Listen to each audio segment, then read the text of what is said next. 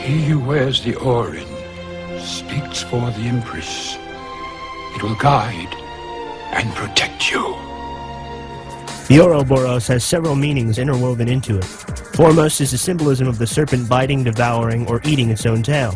This symbolizes the cyclic nature of the universe, creation out of destruction, life out of death. The Ouroboros eats its own tail to sustain its life, in an eternal cycle of renewal. The location of the Ark of the Covenant in Indiana Jones is guarded by serpents in the Well of Souls. Harrison Ford must let sunlight pass through a crystal atop of Pharaoh's staff to illuminate the lost location of the Ark, an ancient metaphor for the knowledge-bearing snake being correlated to the gnosis of the Godhead. The serpent is correlated to the octagonal Stargate, or the King's Chamber in Egypt, in the film The Seeker. The child who is the seventh son of a seventh son must find a variety of seals or magical tokens to ward off the forces of darkness. Another example of how the story of Revelation seeps into the pop consciousness.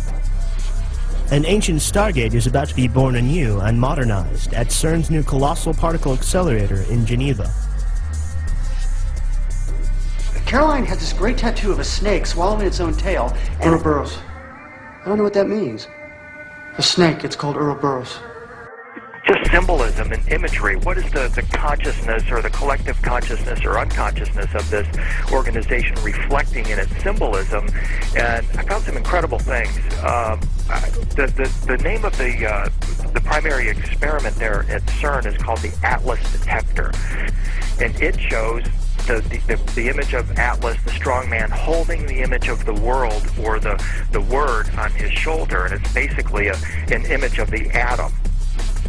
What you see on the Koch site is a comparison between CERN's logo for the Atlas detector and the ancient Egyptian depiction of the ladder, tower, or stairway that they called Osiris.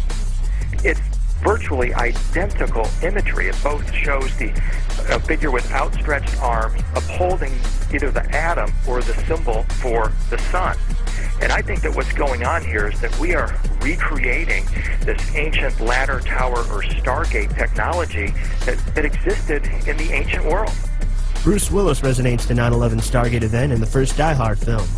In the movie Unbreakable, we see Willis confronting his superhero nemesis, our Snakes on a Plane resonator and wormhole paladin, Samuel Jackson. The two are illuminated to their true identities as they stand on a Masonic checkerboard. His Achilles heel in the movie happens to be water, which connects him to the water door that we will discuss in a moment.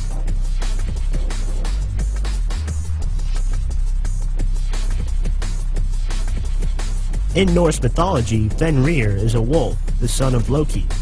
Fenrir is bound by the gods, but is ultimately destined to grow too large for his bonds and swallow Odin whole during the course of Ragnarok. Ragnarok is also a death rebirth story, much like the Christ Horus theme. Fenrir the Wolf represents just that in the Neverending Story, Ghostbusters, and here in The Lady in the Water. In this film, Fenrir is trying to sabotage a water door traveler's safe passage, much like the Gamork attempts to do to our Ouroboros-bearing Atreyu in the Neverending Story.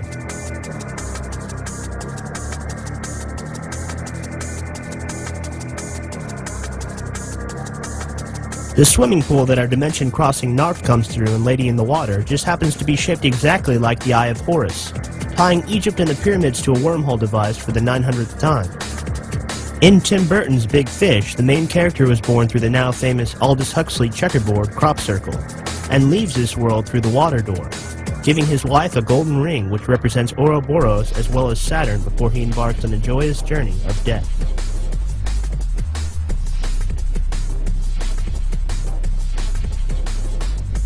The octagonal Stargate is opened yet again in Event Horizon, this time as a bridge between heaven and hell, a famous story by William Blake. Once meek and in a perilous path, the just man kept his course along the Vale of Death. Roses are planted where thorns grow, and on the barren heath sting the honeybees.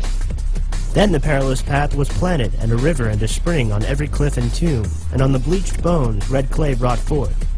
Now the sneaking serpent walks in mild humility, and the just man rages in the wilds where lions roam. The same water door is opened in the Matrix. Upon entering the real world, Neo awakes in the synthetic womb constructed by the machines. The Matrix is then fed through his brain in the same fashion as a dream or hallucination. The fetal position that we all revert to during our most taxing of situations is also the position in which the transformation from a caterpillar to a butterfly occurs. and when our light bodies make the transition between worlds, between the dimensions of sleep and dreams and waking. In essence, a change in vibration our soul undergoes when incarnating into a new human form. Water, it seems, is the ultimate conductor of spiritual energy. The Egyptians used to ingest psychedelics such as DMT or mushrooms and lay in a tub of water during their rituals in the king's chamber. In the film Constantine, Keanu Reeves can only travel into the afterlife if he is submerged or at least partially in contact with water. We see him gazing into the eyes of the guardian of the underworld, or Black Cat, to expedite his ability to open a gate to the other side. The Egyptian Sphinx was also a representation of this feline power, and Richard Hoagland has suggested that the face on Mars actually is dualistic, one side being humanoid and the other that of a cat-like animal. We even utilize water in state executions, which use the electric Montauk chair. Pun intended, of course.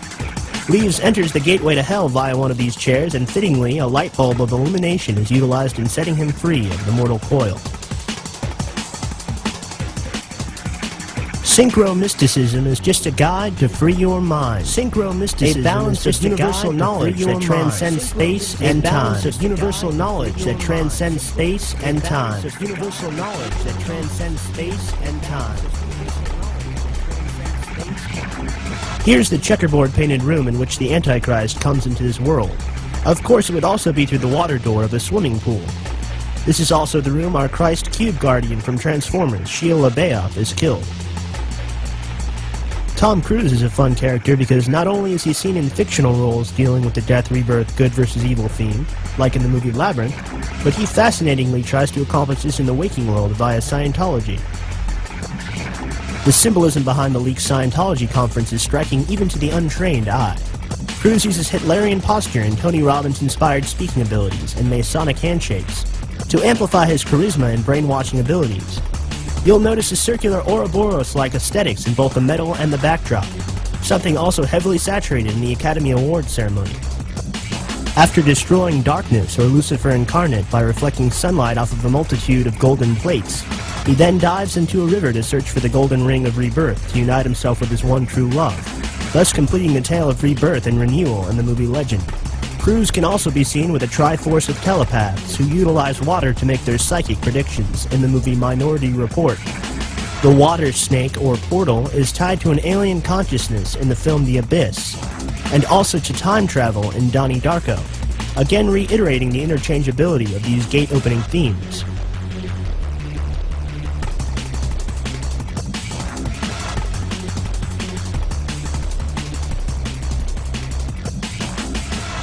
In the film The Cell, Vincent D'Onofrio's character was almost drowned during a baptism. This left him with lifelong epileptic seizures that would happen every time he was submerged in water. It also created a psychosis that led him to begin abducting young women and putting them through similar water torture.